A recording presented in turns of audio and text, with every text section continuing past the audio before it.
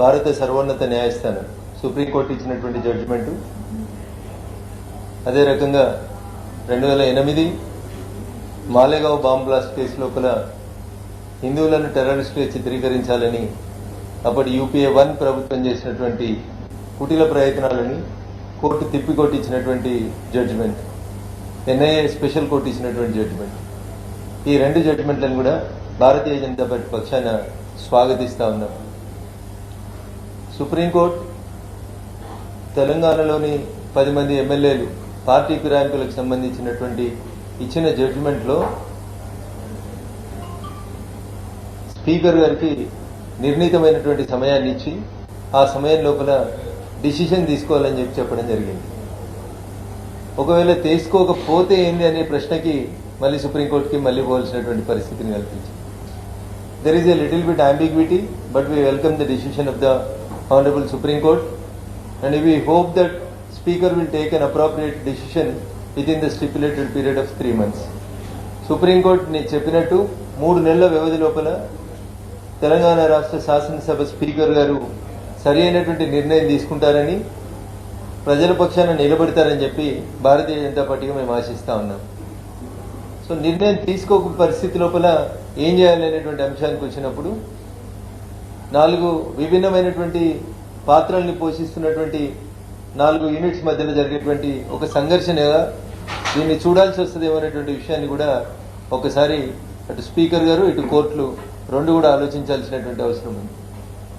రెండవ జడ్జిమెంట్ 2008వ సంవత్సరం యూపీఏ 1 ప్రభుత్వం మన్మోహన్ సింగ్ గారి నేతృత్వం లోపల దేశానికి స్వతంత్రం సిద్ధించిన దాదాపు 55 ఏళ్ల తరువాత ఈ దేశంలో ఒక కొత్త రకమైనటువంటి పరిస్థితుల్ని, కొత్త చరిత్రను సృష్టించాలనేటువంటి ఒక కుట్ర, ఒక ప్రయత్నాన్ని ఆ రోజు అధికారంలో ఉన్నటువంటి యూపీఏ 1 ప్రభుత్వం,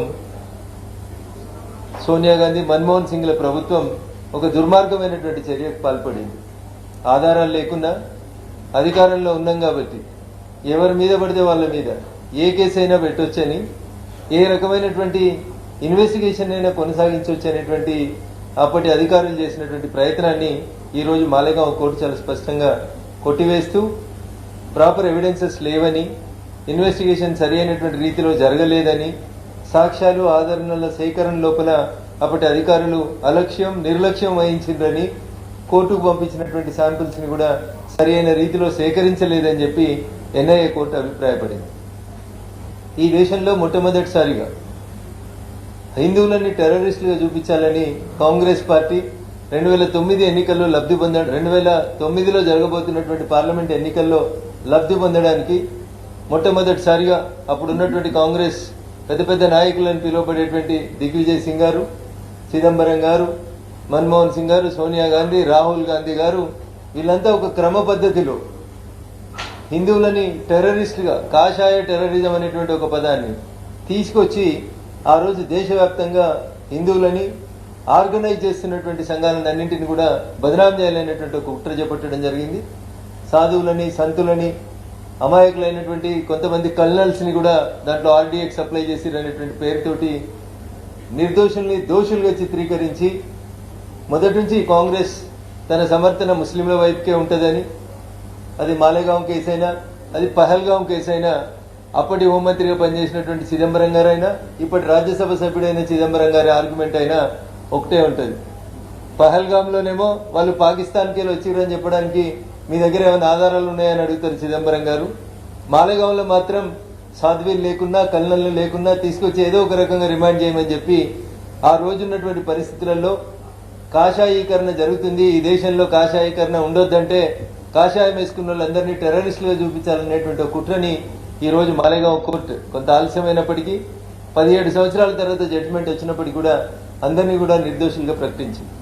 భారతీయ జనతా పార్టీ పార్లమెంట్ సభ్యుడిగా ఈ రెండు జడ్జిమెంట్లు, సుప్రీంకోర్టు స్పీకర్కి ఇచ్చినటువంటి డైరెక్షన్స్ ని, మాలేగావ్ కేసులో ఇచ్చినటువంటి అక్విటల్ జడ్జిమెంట్ ని రెండింటిని కూడా స్వాగతిస్తూ, తప్పుడు సాక్ష్యాలతోటి, తప్పుడు ఆధారాలతోటి హిందువులని టెర్రరిస్టులుగా చూపిస్తూ పాకిస్తానీలని లేదా ఆ వర్గానికి సంబంధించినటువంటి ప్రజల ఓట్ల కోసం చేసేటువంటి దుర్మార్గమైనటువంటి ప్రయత్నాలని కోర్టు తిప్పికొట్టినందున ఆ కేసులో ముద్దాయిలుగా ఉండి దాదాపు 17 సంవత్సరాలుగా మానసిక క్షోభను అనుభవిస్తున్నటువంటి వారందరినీ కూడా నిర్దోషులుగా ప్రకటించింది కోర్టు కాబట్టి ఇప్పటికైనా అట్లాంటి ఆలోచన చేస్తున్నటువంటి పెద్దలు ఆ ఆలోచన విరమించుకోవాలని చెప్తా ఉన్నారు. పార్లమెంట్ దగ్గర కొద్దిసేపటి క్రితం మీడియా మిత్రులు రాహుల్ గాంధీ గారిని మాలేగావ్ కేసు జడ్జిమెంట్ కి సంబంధించి అడిగే ప్రయత్నం చేసినప్పుడు సిస్టర్ ఓ బాత్ చోటు దీజియే అంటున్నాడు. ఎందుకంటే విషయం అర్థమైంది, పాలైంది నీళ్ళైంది అనేది కోర్టు క్లియర్ గా చెప్పింది. చెప్పిన తర్వాత वो बहुत छोटा इश्यू है, हमारे सामने बहुत बड़ा इश्यूज है. क्या इश्यूज है? पहलगाम में पाकिस्तान का टेररिस्ट नहीं आया, उसके पीछे इन्हों वकालत करना चाहता है. इसका इंटरेस्ट क्या है बोले तो हिंदूज बोले तो टेररिस्ट है, मुस्लिम्स बोले तो साधु है बोल के बोलने का कोशिश राहुल गांधी जी ने कर रहा है. इट इज वेरी गलत. Now the Congress should answer and Congress should also face the consequences for a false case registered in Malegaon and against the Hindu terrorists. What they named for first time in Indian history, the Hindus were named as terrorists through the incident of Malegaon. ఆ సంఘటన తర్వాత రకరకాల పెద్ద మనుషులు మాట్లాడినటువంటి మాటలన్నీ కూడా దేశ ప్రజల ముందు ఉన్నాయి. ఇంకా అట్లాంటి దుర్మార్గమైనటువంటి మాటల్ని మాట్లాడి హిందువులని బదనాం చేయాలనేటువంటి కాంగ్రెస్ పార్టీ కుట్రని ఈసారి కోర్టు తిప్పికొట్టింది. ఈ రోజు కాంగ్రెస్ పార్టీ, ఆ రోజు కాంగ్రెస్ పార్టీ నడిపించినటువంటి రాహుల్ గాంధీ గారు, సోనియా గాంధీ గారు మాలేగాం కోర్టు జడ్జిమెంట్ మీద తప్పకుండా స్పందించాలని కోరుకుంటూ 3 నెలల్లో తెలంగాణ రాష్ట్ర శాసనసభ స్పీకర్ నిర్ణయం తీసుకోకపోతే మళ్ళీ ఏం చేయాలనేటువంటి విషయం లోపల కూడా సుప్రీంకోర్టు ఇంకొంత క్లారిటీ ఇచ్చింటే బాగుండేదని చెప్పి తెలియజేస్తూ, ఎనీహో ఈ 2 జడ్జిమెంట్లని భారతీయ జనతా పార్టీగా స్వాగతిస్తూనే ప్రజల ముందు వీటిలో చర్చ జరగాలని కోరుకుంటా ఉన్నాం. ఎన్నికలు వచ్చే అవకాశం ఉంటుందా? స్పీకర్ ఎటువంటి నిర్ణయం తీసుకుంటారు? స్పీకర్ ఖచ్చితంగా 3 నెలల్లో తీసుకోవాల్సిందే. ఇటువంటి అంశాలకు సంబంధించి మీరంటే చాలా ఇష్యూస్ వస్తున్నాయి. సో మీరు యాజ్ ఏ అడ్వకేట్ కూడా మీకు తెలుసు అంటే ఏం జరగబోతుంది, వాట్ ఇస్ ద ప్రొసీజర్. ఇప్పుడు జ్యుడిషియరీ లెజిస్లేషన్ లో ఎంతవరకు ఇన్వాల్వ్ కావాలి కాకూడదు అనేటువంటి అంశం లోపల భారత రాజ్యాంగ నిర్మాత అప్పట్లోనే వకాలా చేసినటువంటి పెద్దలు గౌరవనీయులు డాక్టర్ బిఆర్ అంబేద్కర్ గారు చాలా స్పష్టంగా మీకు మాకు మధ్యలో ఉన్నటువంటి గీతని, అంటే మీడియాకి మాకు 4 స్తంభాలు, ప్రజాస్వామ్యానికి మూల స్తంభాలు అయినటువంటి 4 ఇంటి లోపల కోర్టులు ఏం చేయాలి, శాసన వ్యవస్థ ఏం చేయాలి, కార్యనిర్వాహక వ్యవస్థ ఏం చేయాలి, జర్నలిస్టు మిత్రులు ఏం చేయాలి అనేటువంటి 4 పిల్లర్ల మధ్యన ఒకరి విధులలో ఇంకొకరు జోక్యం చేసుకోవద్దని చాలా స్పష్టంగా చెప్పింది. సో జడ్జిమెంట్స్ వస్తే అస్సాం విషయంలో ఒక జడ్జిమెంట్ వస్తుంది, కర్ణాటక విషయంలో ఒక జడ్జిమెంట్ వస్తుంది, మహారాష్ట్ర విషయంలో ఒక జడ్జిమెంట్ వస్తుంది. ఇట్లా రకరకాలైనటువంటి జడ్జిమెంట్స్ ని సుప్రీంకోర్టులో ఉన్నటువంటి గౌరవ పెద్దలు, గౌరవ న్యాయమూర్తులే ఒక్కో కేసులో ఒక్కొక్క రకంగా ఇచ్చినారు. కాబట్టి I myself have a doubt, 3 నెలల తర్వాత స్పీకర్ గారు నిర్ణయం తీసుకోక ఎమ్మెల్యేలు మళ్ళీ సమయం కావాలని మళ్ళీ కోర్టుకు పోతే then again the episode comes to the first. కాబట్టి ఉప ఎన్నికలు అనేది it is too early to comment నా ఉద్దేశం లోపల. It takes time. ముందు ఆ జడ్జిమెంట్ కాపీ మాకు రాలేదంటారు, మాకు వచ్చిన తర్వాత టైం ఇవ్వండి అంటారు. గతంలో ఒకసారి again I'm going back to 2004, 2004లో ఇట్లే అప్పుడు కూడా దాదాపు 10 మంది ఎమ్మెల్యేలు పార్టీ మారితే నిర్ణయం తీసుకోమని కోర్టులు స్పీకర్కి చెప్తే రేపు శాసనసభ కాలపరిమితి అయిపోతుందంటే ఈ రోజు స్పీకర్ గారు జడ్జిమెంట్ రాశారు, మీకు గుర్తుంటుంది. ఇవాళ పెద్ద మనిషి పెద్దల సభలో సభ్యుడిగా ఉన్నాడు. ఆ రోజు ఏ ఎమ్మెల్యేలు అయితే పార్టీకి రాయించారో ఆ పార్టీతోటే ఇవాళ ఆయన పెద్దల సభలో మెంబర్ గా ఉన్నాడు. ఇది భారత ప్రజలు ఆలోచించాలి, దేశ ప్రజలు ఆలోచించాల్సినటువంటి విషయం. కాబట్టి I have certain doubts as an advocate. There are certain legal ambiguities in the judgment. Still we will hope, we'll welcome the judgment of the Supreme Court. Hope for the best. Thank you. Sir, అంటే ఈ విషయంలో కూడా మీరు చెప్పిన judgement లాంటి ప్రస్తావన చేశారంటే operation success చేసాము, పేషెంట్ మాత్రం రిటైర్డ్ అని ఈ విధాన సందర్భంగా మొదటి నుంచి జడ్జిమెంట్ వరకు సిజే ఎప్పుడు కమెంట్ చేస్తున్నాము. సో నాకు నేను గమనించింది ఏంటంటే last end of the result లోపల వస్తున్నటువంటి రిజల్ట్ బాగా కనబడతారు. ఏమని నిర్ణయం తీసుకోవాలి, తీసుకుంటారని మేము ఆశిస్తున్నామని కూడా రాస్తున్నారు. తీసుకోకపోతే ఏంటనేటువంటి విషయం లోపల కూడా అంబిగ్యూటీ లేకుండా జడ్జిమెంట్ లో క్లారిటీ ఇస్తే బాగుంటుంది అనేది నా విజ్ఞప్తి. So we cannot dictate terms and conditions to the supreme court. కాబట్టి గౌరవ న్యాయమూర్తులే మీరు ఇంతకుముందు ఇట్లాంటి జడ్జిమెంట్స్ ఇచ్చినప్పుడు తీసుకోలేదు. నేను ఉదాహరణకు చెప్పినాను, 2004లో అప్పుడు కాంగ్రెస్ ప్రభుత్వం ఉంది, కోర్టు స్పీకర్ ని సాధ్యమైనంత త్వరగా నిర్ణయం తీసుకోమని చెప్పింది.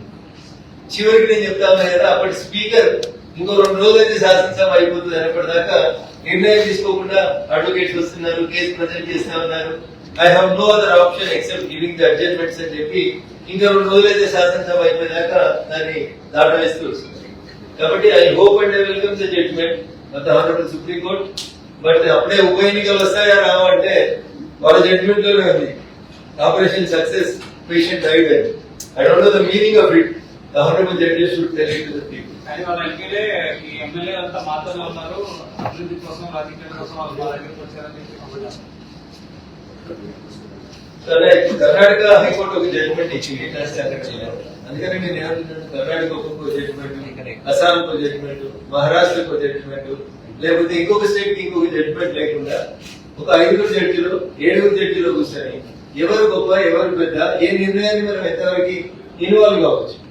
అదే జడ్జిమెంట్ వాళ్ళు ఏమంటున్నారు, పార్లమెంట్ ఈ సుప్రీం, స్పీకర్ ఈ సుప్రీం, వాళ్ళ నిర్ణయాలలో మేము జోక్యం చేసుకోలేమని చెప్తూనే నిర్ణయం తీసుకుంటే బాగుంటుందని ఆశిస్తున్నామన్నారు. ఆశించడం వేరు, శాసించడం వేరు. ఈ ఆశించడానికి శాసించడానికి మధ్యలో ఒక సన్నటి గీత ఉంది. ఆ గీతను ఎవరు బ్రేక్ చేయకపోవడం వల్లనే ఇట్లా పార్టీలు మారేటువంటి పరిస్థితులు వస్తాయి. పార్లమెంట్ లో there is no much difference.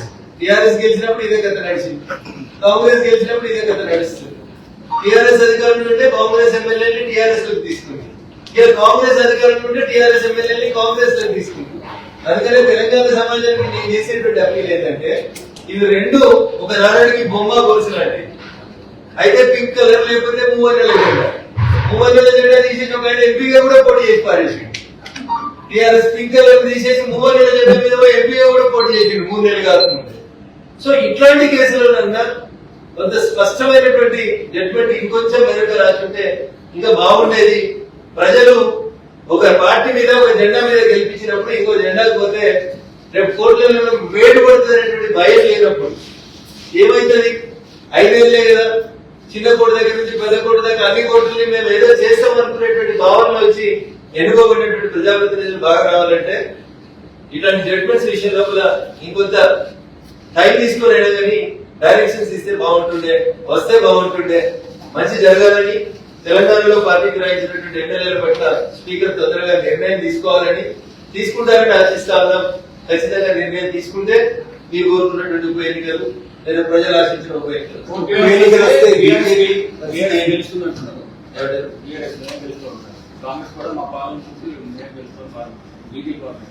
So Congress TRS ఇందాక చెప్పినట్టు ఇవి ఒక నాణ్యానికి బొమ్మ గొలుసు. టీఆర్ఎస్ పార్టీ మీద గెలిచిన వాళ్ళంతా ఇలా కాంగ్రెస్ 2018 కంటే ముందు మీరు కొంచెం వెనక్కి తిరిగి చూసుకుంటే కాంగ్రెస్ ఎంపీని కూడా తీసుకుపోయి పింక్ కలర్ లో టీఆర్ఎస్ పార్టీలో జాయిన్ చేసింది. అంటే what is the difference between these 2 parties అనేది దయచేసి ప్రజలు ఆలోచించారు.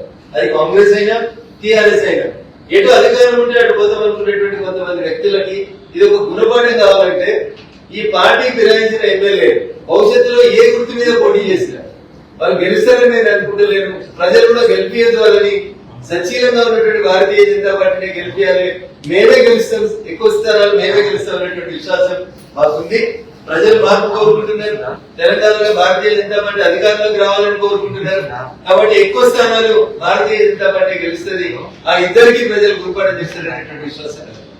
కొంత క్లారిటీతో తీర్పు రావాల్సి ఉంది అని అన్నారు కదా. కోర్టు ఈ రోజు తీర్పిచ్చేటప్పుడు ఈ స్పీకర్ నిర్ణయాధికారం విషయంలో పార్లమెంట్ ఆలోచించాలి అని చెప్పి ఒక వ్యాఖ్య చేసింది. అంటే ఒక న్యూట్రల్ పర్సన్ తీస్తే అటు ఎలక్షన్ కమిషన్ కానీ లేదా గవర్నర్ కానీ ఇచ్చే అంశం పైన ఆలోచించాలి పార్లమెంట్ అని చెప్పి సిజే ఒక వ్యాఖ్య చేసింది.